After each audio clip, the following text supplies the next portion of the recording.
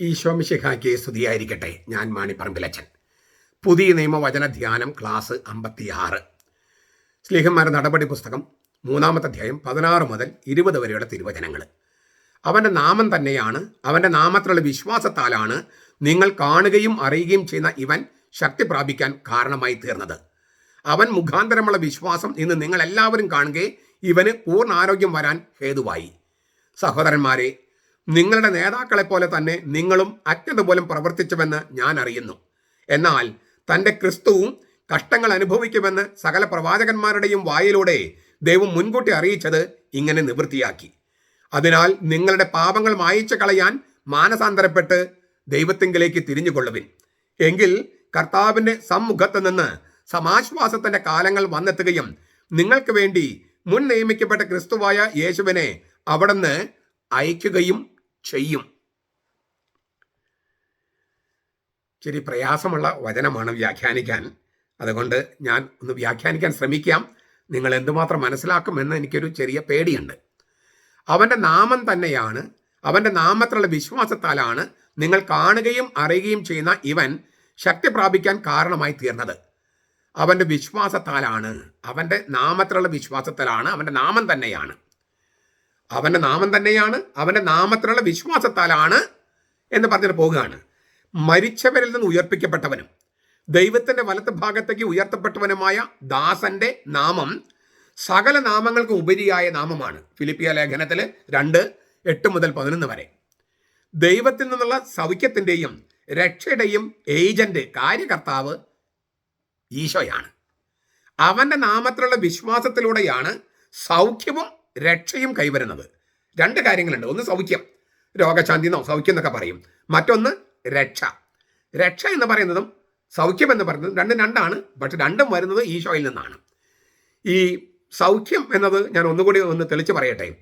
ഈ ശതാധിപൻ കർത്താവിൻ്റെ അടുക്കൽ വരുമ്പോൾ എൻ്റെ ദാസൻ ഇങ്ങനെ ഭൃത്യൻ ഇങ്ങനെ രോഗിയായിട്ട് കിടക്കുക എന്ന് പറയുമ്പോൾ കർത്താവ് പറയാണ്, I will come and cure him. ഞാൻ വന്നിട്ട് അവന് രോഗശാന്തി നൽകാം. ക്യൂർ എന്നാണ് കർത്താവ് ഉപയോഗിക്കുന്ന വാക്ക്. തെറാപ്പോവോ എന്നാണ് ഗ്രീക്കിൽ. തെറാപ്പി എന്നാണ് നമ്മൾ ഉപയോഗിക്കുന്ന വാക്കുണ്ടല്ലോ. ഞാൻ വന്ന് അവന് രോഗശാന്തി നൽകാം. അപ്പോൾ ശതാധിപൻ പറയാണ്, അത് വേണ്ട, എൻ്റെ ഭൃത്യന് രോഗശാന്തി അല്ല വേണ്ടത്. നീ ഒരു വാക്ക് അരുളി ചെയ്താൽ മതി, എൻ്റെ ഭൃത്യൻ സുഖം പ്രാപിക്കും. സുഖം പ്രാപിക്കുമെന്നതിന് ഈ ശതാധിപൻ ഉപയോഗിച്ച വാക്ക് ഹിയാഓ ഒമായി എന്നാണ്. ഹിയ ഒമായി. അതിന് അർത്ഥം ഹീലിംഗ് എന്നാണ്, ക്യൂർ എന്നല്ല. ഹീലിംഗ്, അതായത് മനസ്സിലും ആത്മാവിലും ശരീരത്തിനുമുള്ള ഹോളിസ്റ്റിക് ഹീലിംഗ്. എൻ്റെ ഭൃത്യന് വെറും രോഗശാന്തി വേണ്ട, സൗഖ്യം മതി. സൗഖ്യത്തിൽ കുറഞ്ഞ യാതൊന്നും പോരാ. അതായത് അവൻ്റെ മനസ്സിന് സൗഖ്യം വേണം, ആത്മാവിന് സൗഖ്യം വേണം, പിന്നെ അവന് ശരീരത്തിന് സൗഖ്യം വേണം. വെറുതെ ശരീരത്തിൻ്റെ സൗഖ്യമാണ് രോഗശാന്തി. ശരീരത്തിൻ്റെ സൗഖ്യം മാത്രമാണെങ്കിൽ രോഗശാന്തിയാണ്. അങ്ങനെ ചെയ്യാമെന്ന് കർത്താവ് പറഞ്ഞ് അവൻ പറഞ്ഞ അത് പോരാ. ശതാധിപൻ പറഞ്ഞ അത് പോരാ. ഈ ലത്തീൻ സഭയിൽ ദിവ്യകാരണം സ്വീകരിക്കാൻ തൊട്ട് മുമ്പ് പറയുന്നത് അതാണ്, ഇല്ലേ? Speak the word and my soul shall be healed. ഭൃത്യൻ സുഖം പ്രാപിക്കുന്നതിന് പകരം നമ്മുടെ ആത്മാവ് സുഖം പ്രാപിക്കുമെന്നാണ് പറയണേ, ഇല്ലേ? നീ ആ വാക്ക് അരുളി ചെയ്താൽ മതി, നീ എൻ്റെ കൂടാരത്തിൽ പ്രവേശിക്കാൻ ഞാൻ യോഗ്യനല്ല, നീ ആ വാക്ക് അരുളി ചെയ്താൽ എൻ്റെ ആത്മാവ് സുഖം പ്രാപിക്കും. അതായത് സൗഖ്യമാണ് വേണ്ടത്, രോഗശാന്തി അല്ല. അപ്പോൾ സൗഖ്യവും രക്ഷയും രണ്ടും വരുന്നത് ഈ ഈശോയിൽ നിന്നാണ്. ഈശോയുടെ നാമത്തിലുള്ള വിശ്വാസമാണ്. അതിൻ്റെ ബാഹ്യമായ ഈ രക്ഷയുടെ ബാഹ്യമായ അടയാളമാണ് സൗഖ്യം. അങ്ങനെയാണെങ്കിൽ അത് സൗഖ്യമാകും, അല്ലെങ്കിൽ വെറും രോഗശാന്തിയാണ്. ഇപ്പം നമ്മുടെ ധ്യാന കേന്ദ്രങ്ങൾ പലപ്പോഴും നടക്കുന്നത് രോഗശാന്തിയാണ്. അത്ഭുതകരമായ രോഗശാന്തി തന്നെ, പക്ഷെ പലപ്പോഴും സൗഖ്യമാകുന്നില്ല. സൗഖ്യമാകാത്തതിന് കാരണം രക്ഷയുടെ അടയാളമായിട്ട് വന്നാലേ, അതായത് ആത്മാവിലും മനസ്സിലും ശരീരത്തിലും സൗഖ്യമുണ്ടായാലേ അത് രക്ഷയുടെ അടയാളമായി സൗഖ്യമാകും. അതാണ് കർത്താവിൽ നിന്ന് വരുന്നത്. അല്ലാത്തത് നമ്മുടെ ആശുപത്രിയിൽ നടക്കുന്ന രോഗശാന്തിയും കർത്താവിൻ്റെ പണി തന്നെയാണ്. മരുന്നിലൂടെയും ഡോക്ടർമാരുടെ കഴിവിലൂടെയും ഒക്കെ അതെല്ലാം കർത്താവിൻ്റെ രോഗശാന്തി ശുശ്രൂഷയുടെ തുടർച്ചയാണ്. നല്ലതുമാണ്, വളരെ അത്യാവശ്യമുള്ളതാണ്. പക്ഷേ അത് സൗഖ്യമാകണമെങ്കിൽ രക്ഷയുടെ അനുഭവം അതിലൂടെ വരണം. ദൈവത്തിൽ നിന്നുള്ള, പ്രത്യേകിച്ചും ഈശോയുടെ നാമത്തിലുള്ള രക്ഷ വന്നാലേ ഈ ആശുപത്രിയിലാണെങ്കിലും ധ്യാന കേന്ദ്രത്തിലാണെങ്കിലും നടക്കുന്ന രോഗശാന്തി സൗഖ്യമായി രൂപാന്തരപ്പെടൂ. ഇതാണ് പത്രോസ് പറഞ്ഞതിൻ്റെ അർത്ഥം. അതിന് ദൃക്സാക്ഷികളുണ്ടെന്നാണ് പത്രോസ് പറയുന്നത്. നമുക്കും ദൃക്സാക്ഷികളുണ്ട്. 17-ാമത്തെ വാക്യം, സഹോദരന്മാരെ, നിങ്ങളുടെ നേതാക്കളെ പോലെ തന്നെ നിങ്ങളും അജ്ഞത മൂലം പ്രവർത്തിച്ചുവെന്ന് ഞാൻ അറിയുന്നു. നേതാക്കളെ പോലെ തന്നെ യഹൂദ മത നേതാക്കൾ യേശുവിനെ ഉന്മൂലനം ചെയ്യാനുള്ള യഹൂദ മത നേതൃത്വത്തിൻ്റെ തീരുമാനത്തിന് ദൈവജനം സമ്മതം മൂളിയിരുന്നു. ലൂക്കാസിൻ്റെ സുവിശേഷം 23-ാം അധ്യായം 4-5 വാക്യങ്ങൾ 13 മുതൽ 23 വരെ ഇവിടെയൊക്കെ നമ്മൾ കാണുന്നുണ്ട്. അതായത് നേതാക്കന്മാർ തീരുമാനിച്ച കർത്താവിനെ ഉന്മൂലനം ചെയ്യാൻ അതിന് ജനം സമ്മതം കൊടുത്തു. ഇപ്പം നമ്മളിപ്പം നമ്മുടെ സഭയിൽ കാണുന്നില്ലേ, കർത്താവിനെ അവഹേളിക്കാൻ നേതാക്കന്മാർ കൂട്ടുനിൽക്കുകയാണ്, ജനം അതിന് കൂട്ടുനിൽക്കുകയാണ്. എന്നാൽ തിന്മയുമായുള്ള ആ കൂട്ടുകെട്ടലിന് പിന്മാറാനും പശ്ചാത്തപിക്കാനും തയ്യാറാണെന്ന് അതിൻ്റെ സമാപനത്തിൽ ജനം വ്യക്തമാക്കിയിരുന്നു. ലൂക്കാസിന്റെ സുവിശേഷം 23:35-48 മാറത്തടിച്ച് അവർ തിരിച്ചു പോയിന്ന. ആദ്യം യഹൂദ മത നേതാക്കൾ പറഞ്ഞ യേശുവിനെ ഉന്മൂലനം ചെയ്യണമെന്ന തീരുമാനത്തിന് ജനം സമ്മതം കൊടുത്തു. പക്ഷേ കർത്താവിനെ ക്രൂശിലേറ്റി കഴിഞ്ഞപ്പോൾ ജനം പശ്ചാത്തപിക്കാൻ തയ്യാറാണെന്ന് മാറത്തടിച്ച് അവരത് വെളിപ്പെടുത്തി. അപ്പോൾ നേതാക്കന്മാരുടെ പാപത്തിൽ അറിയാതെ അച്ഛനെ പോലെ ഞങ്ങൾ സമ്മതം കൊടുത്തു. പക്ഷെ കർത്താവ് ക്രൂശിക്കപ്പെട്ട് കഴിയുകയും ആ നേരത്തുണ്ടായ അടയാളങ്ങൾ കാണുകയും ചെയ്തപ്പോൾ ജനം പശ്ചാത്തപിക്കാനായിട്ട് തയ്യാറാണെന്ന് മാറത്തടിച്ച് പറഞ്ഞു. നേതാക്കന്മാരെപ്പോഴും ചെയ്തില്ല. നിങ്ങളുടെ നേതാക്കന്മാരെ പോലെ തന്നെ നിങ്ങളും അജ്ഞത മൂലമാണ് ചെയ്തത്. പക്ഷേ നിങ്ങൾക്കൊരു നേട്ടമുണ്ട്, നിങ്ങൾ പശ്ചാത്തപിക്കാമെന്ന് ഒരു ലക്ഷണം കാണിച്ചു, അടയാളം കാണിച്ചു, മാറത്തടിച്ചുകൊണ്ട്. അജ്ഞത മൂലം ക്രിസ്തുവിൻ്റെ മരണം ആസൂത്രണം ചെയ്തവർക്ക് തങ്ങൾ ചെയ്യുന്ന പ്രവൃത്തികളുടെ ഗൗരവമോ അതിന് പുറകിലുള്ള ദൈവിക പദ്ധതിയോ അറിയില്ലായിരുന്നു. അത് പൗലോസും പറയുന്നുണ്ട് 13-ാം അധ്യായം 27-ാം വാക്യത്തിൽ, സ്ലീഹന്മാർ നടപടി. അവരുടെ അജ്ഞത അവരുടെ കുറ്റകൃത്യത്തിൻ്റെ ഗൗരവം കുറയ്ക്കുന്നില്ല. നമുക്കറിയാമല്ലോ, നമുക്കൊരു നിയമത്തെക്കുറിച്ചുള്ള അജ്ഞതയുണ്ടെന്ന് കരുതി അത് കുറ്റകൃത്യത്തിൻ്റെ ഗൗരവം കുറയ്ക്കുന്നില്ല. എങ്കിലും കർത്താവ് അവരുടെ പാപമോചനത്തിനായി പിതാവിനോട് പ്രാർത്ഥിക്കുന്നുണ്ട്. പിതാവേ, അവർ ചെയ്യുന്ന എന്തെന്ന് അറിയുന്നില്ല, അവരോട് ക്ഷമിക്കണേ. അറിയുന്നില്ല, അജ്ഞത. ആ പ്രാർത്ഥന കേട്ട് പശ്ചാത്തപിക്കുന്നവർക്ക് പരദീസ വാഗ്ദാനം ചെയ്യുന്നുണ്ട് ദൈവപിതാവ്. ലൂക്കാസിന്റെ സുവിശേഷം 23:34, 1 തിമോത്തി 1:13. അതായത് പിതാവേ, അവരോട് ക്ഷമിക്കണമേ, അവർ ചെയ്യുന്ന എന്തെന്ന് അവർക്ക് അറിഞ്ഞുകൂടാ. അപ്പോൾ അജ്ഞത മൂലമാണ് അവർ ചെയ്യുന്ന, ഒരാളെ കൊല്ലുക എന്ന കാര്യമൊക്കെ അവർക്ക് അറിയാമായിരുന്നു. പക്ഷേ എങ്കിലും അത് ദൈവപുത്രനാണ്, ദൈവം തന്നെയായ പുത്രനാണ്, അതിന് പുറകെ കർത്താവിനൊരു പദ്ധതിയുണ്ട്. ഈ കാര്യങ്ങൾ നമുക്ക് അറിയില്ല. അതുകൊണ്ട് അവരോട് ക്ഷമിക്കണമെന്ന് കർത്താവ് പറയുകയും ദൈവപിതാവിനോട് പറയുകയും ദൈവപിതാവ് ക്ഷമിക്കുകയും ചെയ്തു. നീ ഇന്ന് എന്നോട് കൂടെ പർദീസയിലായിരിക്കും. എന്നാൽ അജ്ഞത പോലെ നിങ്ങൾ പ്രവർത്തിച്ചത്. ഈ പത്രോസിന്റെ ശ്ലൈഹിക കെരിഗ്മയിലൂടെ യഹൂദരുടെ അജ്ഞതയ്ക്ക് അറുതി വരുത്തുകയാണ്. പൗലോസിന്റെ സുവിശേഷ പ്രഘോഷണത്തിലൂടെ വിജാതിരുടെ അറിവില്ലായ്മയ്ക്കും വിരാമമിടുന്ന സ്ലേഹന്മാർ നടപടി 17:30. അതോടെ ഇസ്രായേൽ ജനം ക്രിസ്തുവിലേക്ക് തിരിയുന്നു.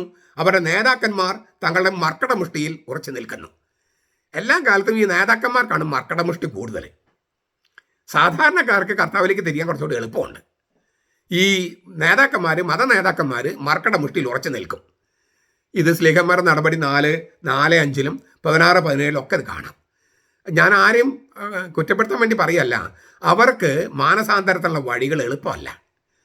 കാരണം തങ്ങൾക്കെല്ലാം അറിയാമെന്നും തങ്ങളാണ് നേതാക്കന്മാരെന്നും തങ്ങൾ ആരെയും അനുസരിക്കേണ്ട കാര്യമില്ല, വചനം അത്രയൊന്നും കേൾക്കേണ്ട കാര്യമില്ല, ഞങ്ങൾക്ക് വേണ്ടിയല്ല ജനത്തിന് വേണ്ടിയാണ് വചനം എന്നൊക്കെ നേതാക്കന്മാർ ചിന്തിക്കാൻ സാധ്യത കൂടുതലാണ്.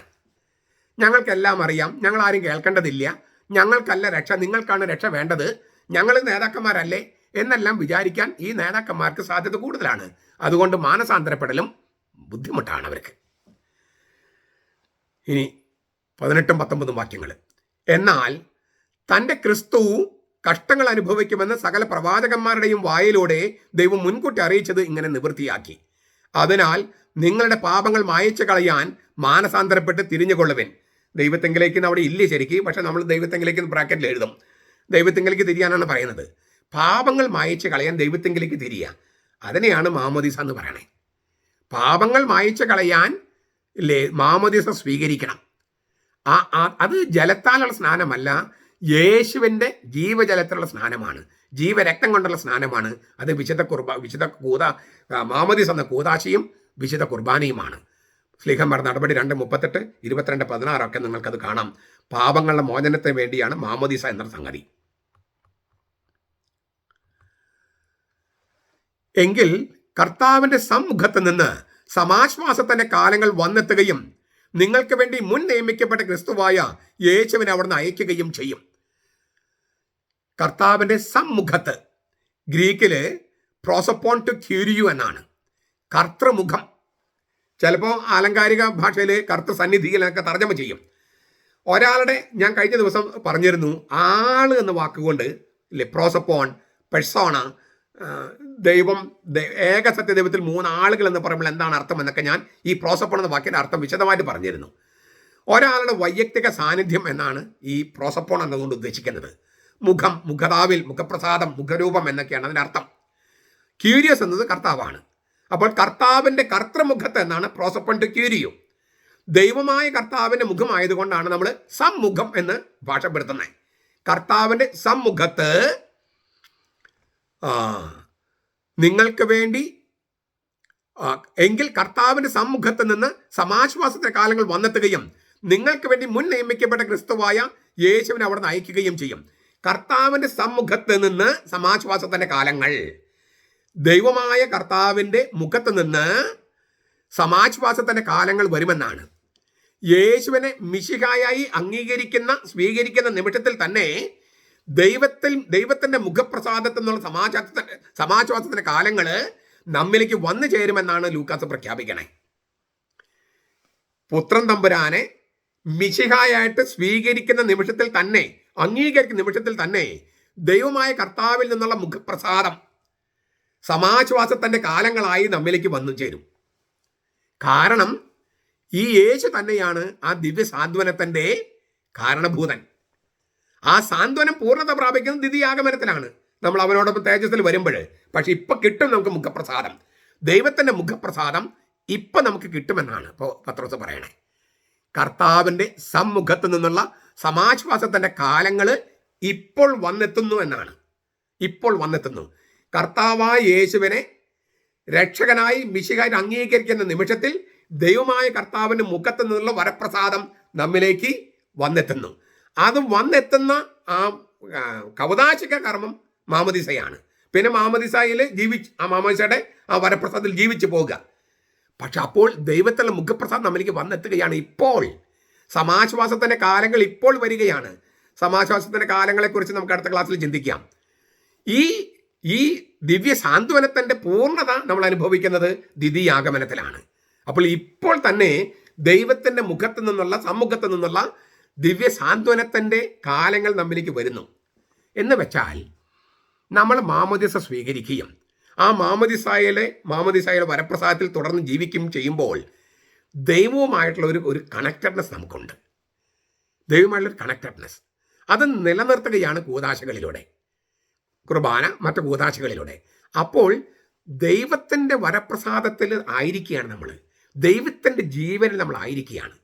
തീർച്ചയായിട്ടും ആ ജീവനിൽ, വരപ്രസാദത്തിൽ പൂർണ്ണത പ്രാപിച്ച് തേജസ് മുഴുവൻ അനുഭവിക്കുന്നത് ദ്വിതീയാഗമനത്തിൽ നമ്മുടെ ശരീരങ്ങൾ തേജസ്സോടുകൂടി ഉയർപ്പിക്കപ്പെട്ട് നമ്മുടെ ആളത്വത്തോട് ചേർക്കുമ്പോഴാണ് അത് പൂർണ്ണത പ്രാപിക്കുന്നത്. പക്ഷെ ഇപ്പം തന്നെ മുൻകൂറായി നമ്മൾ ഈ ദിവ്യ സാന്ത്വനത്തിൻ്റെ അനുഭവം, മുഖപ്രസാദം, ദൈവത്തിൻ്റെ മുഖപ്രസാദത്തിൻ്റെ അനുഭവം നമ്മൾ ഇപ്പോഴേ അനുഭവിക്കുന്നു.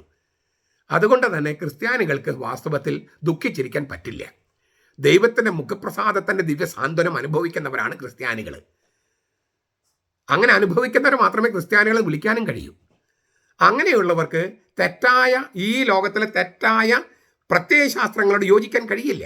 ആ പ്രത്യയശാസ്ത്രം യോജിക്കാൻ കഴിയില്ലെന്ന് മാത്രമല്ല, അതിനെ എതിർക്കുകയും ചെയ്യും. അപ്പം ഞാനത് ഉപസംഹരിക്കുകയാണ്.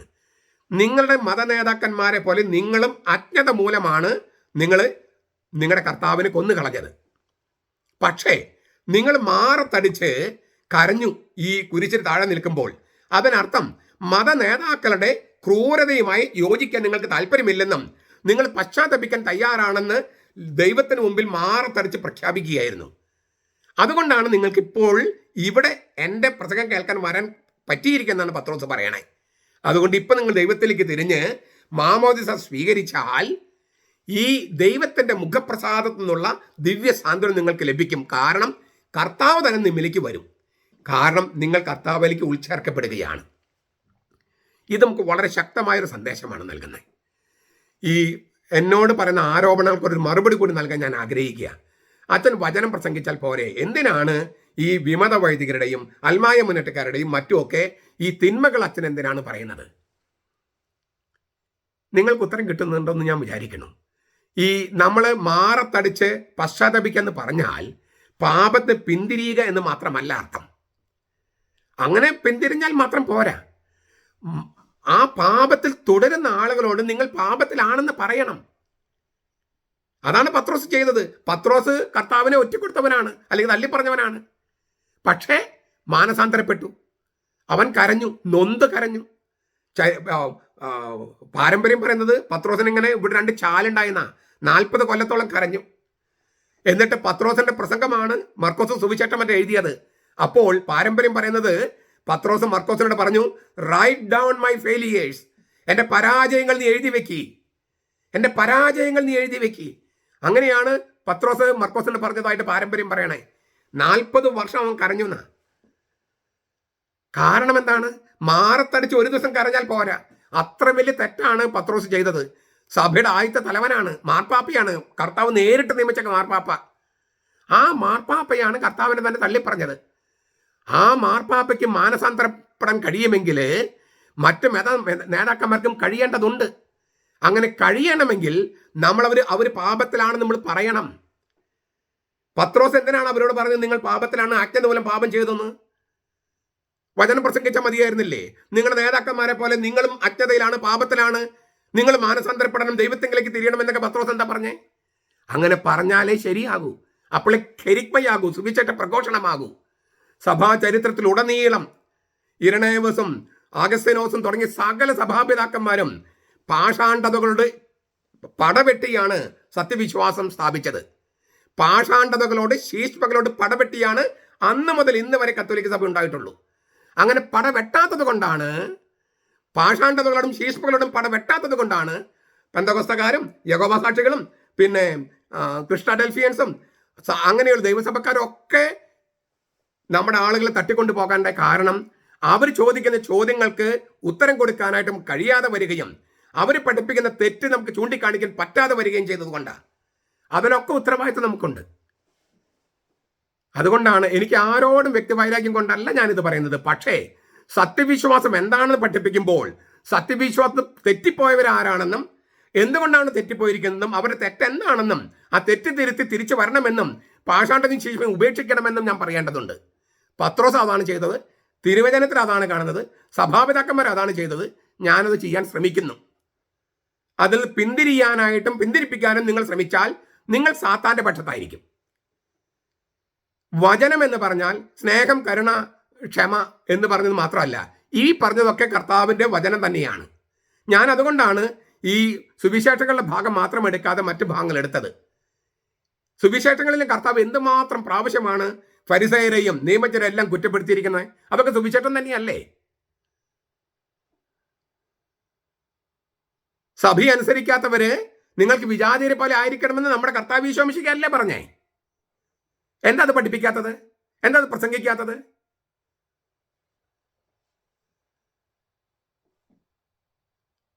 പത്രോസും കർത്താവും പൗലോസും സഭാപിതാക്കന്മാരും ചെയ്തതാണ് നമുക്ക് മാതൃക. അതല്ലാതെ നമ്മുടെ ധ്യാന ഗുരുക്കന്മാർ പറയുന്ന ക്ഷമിക്ക് പൊറുക്ക് അതല്ല നമ്മുടെ മാതൃക. ക്ഷമിക്കലും പൊറുക്കലും വ്യക്തിപരമായ കാര്യത്തിലാണ്, വ്യക്തിപരമായ ബന്ധങ്ങളിലാണ്, സഭയുടെ അഡ്മിനിസ്ട്രേഷനിലല്ല. കൂതാശകളെ വ്യഭിചരിക്കുന്നവർക്കും ആഭിചാര കുർബാന ചെയ്യുന്നവർക്കും മാപ്പ് കൊടുക്കാനല്ല കാനോൻ നിയമം പറഞ്ഞിരിക്കുന്നത്, ശിക്ഷ കൊടുക്കാനാണ്. അത് തിരുവചനങ്ങൾ അടിസ്ഥാനമിട്ടാണ് കാനോൻ നിയമം ഉണ്ടാക്കിയിരിക്കുന്നത്. ഇതൊന്നും പഠിക്കാതെ ക്ഷമിക്ക് പൊറുക്കെന്ന് പറഞ്ഞ് വരുന്നവർക്ക് ക്ഷമ എന്തെന്നോ കർത്താവ് എന്തെന്നോ സഭ എന്തെന്നോ കാനോൻ നിയമം എന്തെന്നോ തിരുവചനം എന്തെന്നോ അറിയില്ല.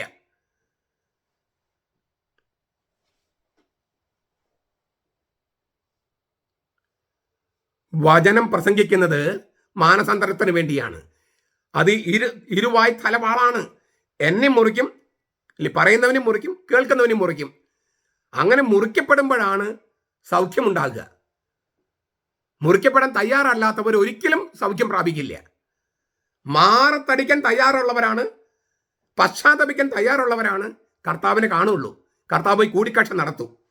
എല്ലാം ക്ഷമിക്കാനും പൊറുക്കാനും ഇല്ലേ, എല്ലാ തിന്മയുമായിട്ടും ഇല്ലേ കൂട്ടുചേർന്ന് ചേർത്ത് പിടിച്ച് പൈശാചിക കൂട്ടുകെട്ടുമായിട്ട് വരുന്നവരെ ചേർത്ത് പിടിച്ച് പശ്ചാത്തപിക്കാതെ ചേർത്ത് പിടിക്കാൻ കർത്താവ് ഒരിക്കലും പറഞ്ഞിട്ടില്ല.